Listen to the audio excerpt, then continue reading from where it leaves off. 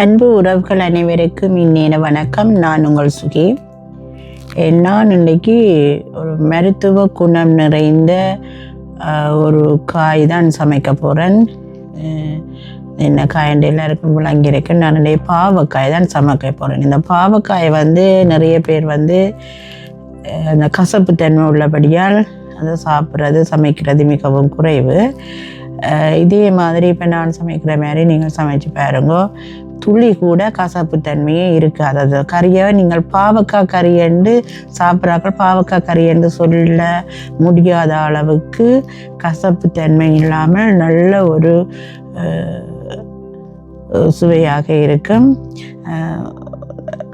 அந்த மாதிரி தான் நான் இந்த பாவக்காய் கறியை இன்றைக்கி சமைக்க போகிறேன்.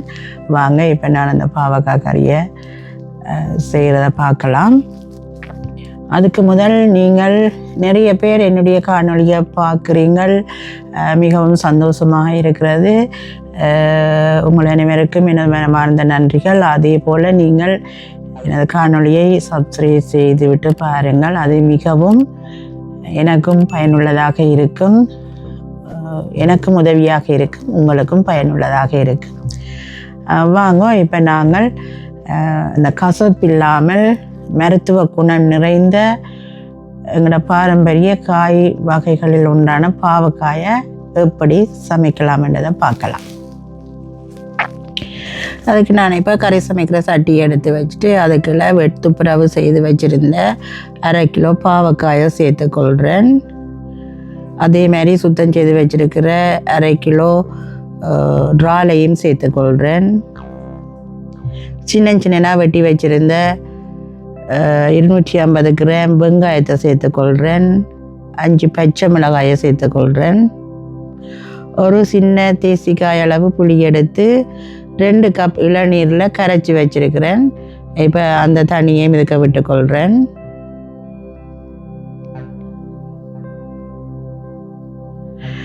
எல்லாத்தையும் நல்லா கலந்து விட்டுக்கொள்கிறேன்.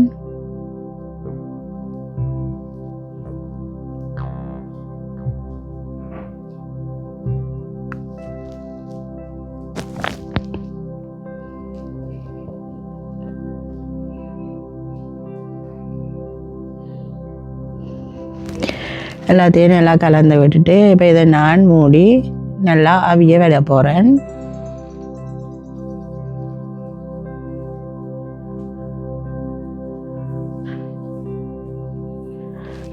இப்போ பாருங்கள், நான் இதை மூடி ஒரு 10 நிமிஷமாக இந்த புளி தண்ணியில் அவிய விட்டேன். நான் இந்த இறாலையும் வெங்காயம் மிளகாய் பாவக்காய் எல்லாத்தையும் பாருங்கள் இப்படி அவிஞ்சு வந்திருக்கேன்.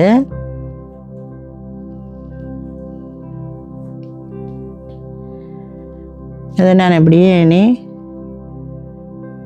திறந்தபடியே நல்லா இந்த புளி தண்ணி நல்லா சுண்டி வற்றி வரும் வரைக்கும் வற்ற வைக்க போகிறேன்.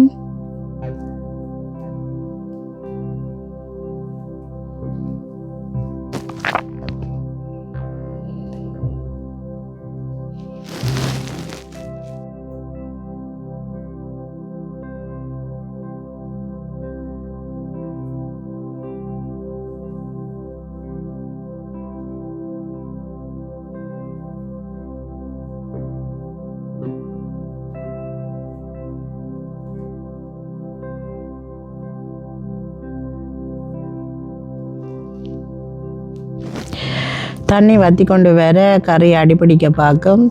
நாங்கள் அடிப்பிடிக்காமல் கறியை நல்லா கிளறி விட்டு கொள்ளுவோம் இடைக்கிட. இப்போ பாருங்க, கறி நல்லா தண்ணி நல்லா சுண்டி வற்றிட்டுது. இதுக்குள்ள நான் 2 மேசக்கரண்டி கறித்தூள் போட்டுக்கொள்கிறேன். இது நான் வறுத்து அரைச்சி திரிச்ச கறித்தூள், நல்ல வாசனையாக இருக்கும்.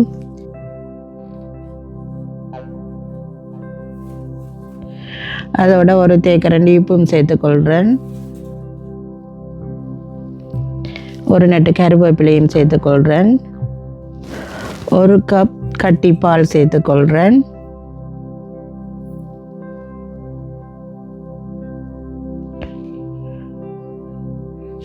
எல்லாத்தையும் நல்லா கலந்து விட்டு இந்த தூள் பச்சை வாசனை போகும் வரைக்கும் திரும்பவும் இதை மூடி அவிய வைக்க போகிறேன்.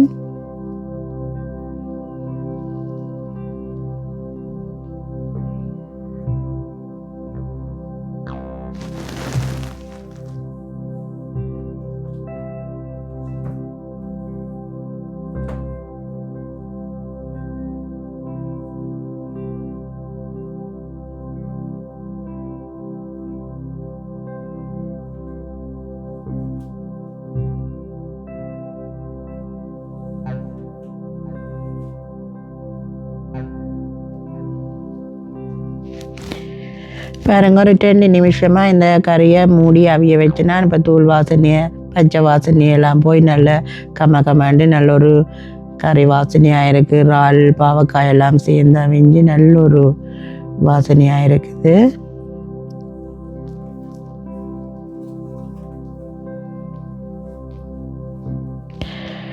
இன்னும் கொஞ்சம் அந்த தண்ணி கொஞ்சம் வற்றி வரட்டுக்கும். அந்த தண்ணி கொஞ்சம் வற்றி வர இதுக்குள்ள நாங்கள் இனி நான் 2 மேசக்கரண்டி தேங்காய் எண்ணெய் சேர்த்து கொள்ள போகிறேன்.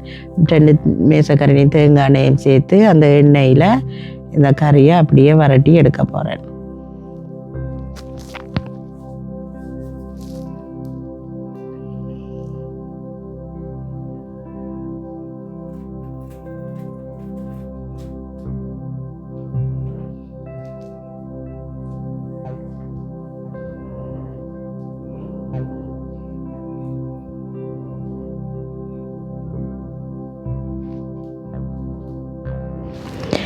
அவ்வளவுதான் உறவுகளே, பாருங்க அவ்வளவு அப்படி அந்த மீளால் எண்ணெய் திரண்டு வந்திருக்குன்னு சொல்லி இப்போ எங்களோட பாவக்காய் இறால் கறி தயாராகிட்டுது.